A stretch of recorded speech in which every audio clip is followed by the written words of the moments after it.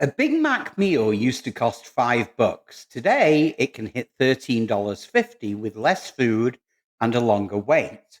So DoorDash is silently doubling your costs with sneaky fees, and fast food chains are using inflation to get richer.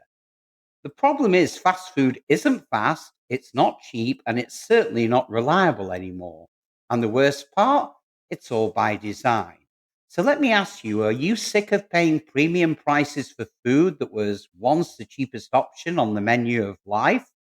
So, welcome to the Financial Freedom Network, the channel that exposes the truth behind your money, credit, and future. So, if you care about keeping more of your hard earned cash, boosting your credit score, and staying ahead of the financial curve, smash that like button and subscribe right now. Trust me, every video we release could change the way that you live. So, buckle up because this one's no exception. So, let's dive straight in. So, first of all, let's rewind for a second. Fast food used to mean a hot filling meal under $5, maybe a $1 cheeseburger, a small fries, and a drink.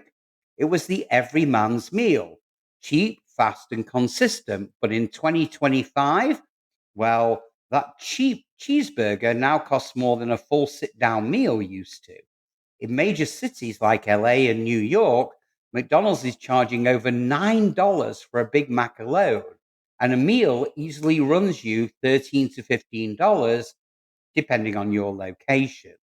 Even in smaller cities, $10 to $12 is now standard. And it's not just McDonald's. Wendy's, Burger King, Popeyes, Taco Bell, everyone is hiking prices. A value meal might now mean $11 and up for one person. Now, why? Well, part of it is inflation, but the bigger picture is more sinister. Fast food companies know the real money isn't made in store anymore, it's in delivery. And that's where the trap gets set. So let me break this down.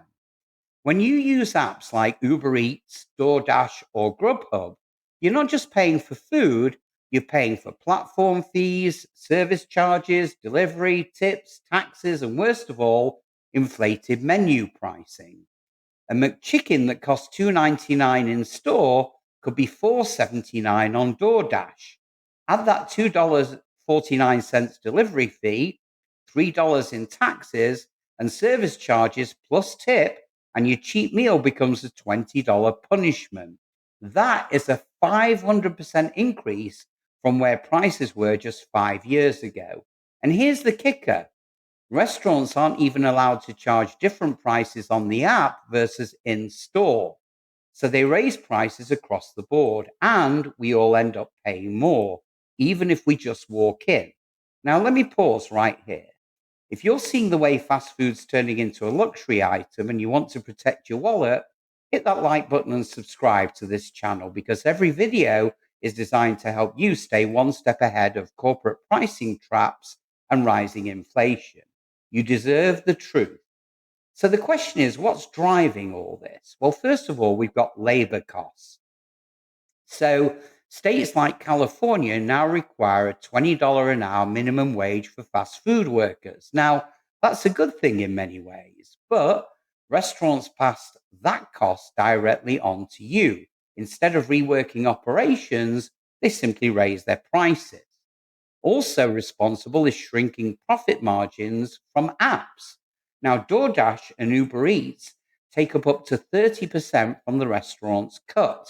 Most chains can't afford that. So again, you foot the bill. Ingredient costs have also gone up.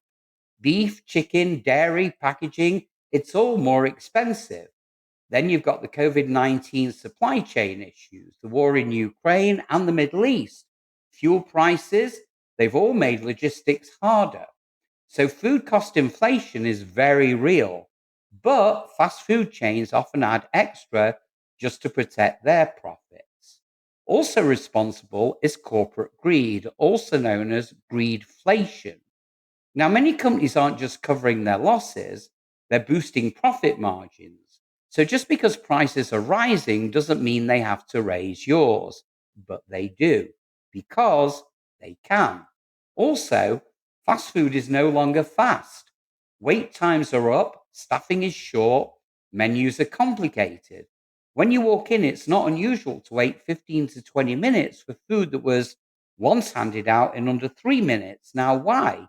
Well, workers are burnt out, high turnover, poor pay. Many would rather deliver food through apps than be yelled at by a drive through manager.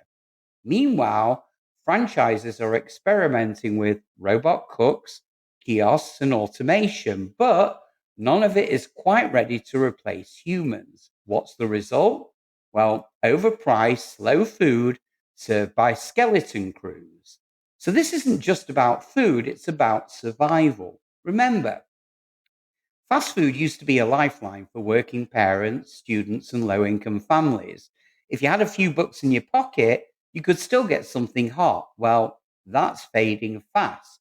Now, families are skipping meals, people are returning to ramen noodles, or worse, nothing at all. In fact, according to a recent Credit Karma survey, over 25% of Americans have skipped meals due to rising costs. And that's just groceries. Fast food is becoming even less accessible. Now, what happens when even the cheap option becomes too expensive? What happens to the people who actually depended on it? Well, that's not just an inconvenience, it's a warning sign.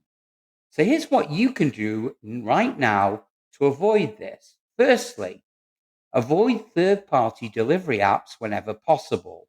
Walk in or pick up to skip the 30 to 50% cost increase. Also, use loyalty programs and apps smartly. McDonald's, Taco Bell, and others have hidden value meals, but only through their apps. Also, cook in bulk. Even with grocery inflation, home cooked meals stretch much further. Watch pricing games. Surge pricing and dynamic menus are now an actual thing. So try off peak hours to avoid premium prices. And here's my final thoughts on the subject. When fast food is no longer affordable, that says something very deep about where we are as a society. It's more than just burgers, it's about the widening gap between what people need and what they can actually afford. So if this video hit home for you, do me a favor and share it with someone who needs to hear it.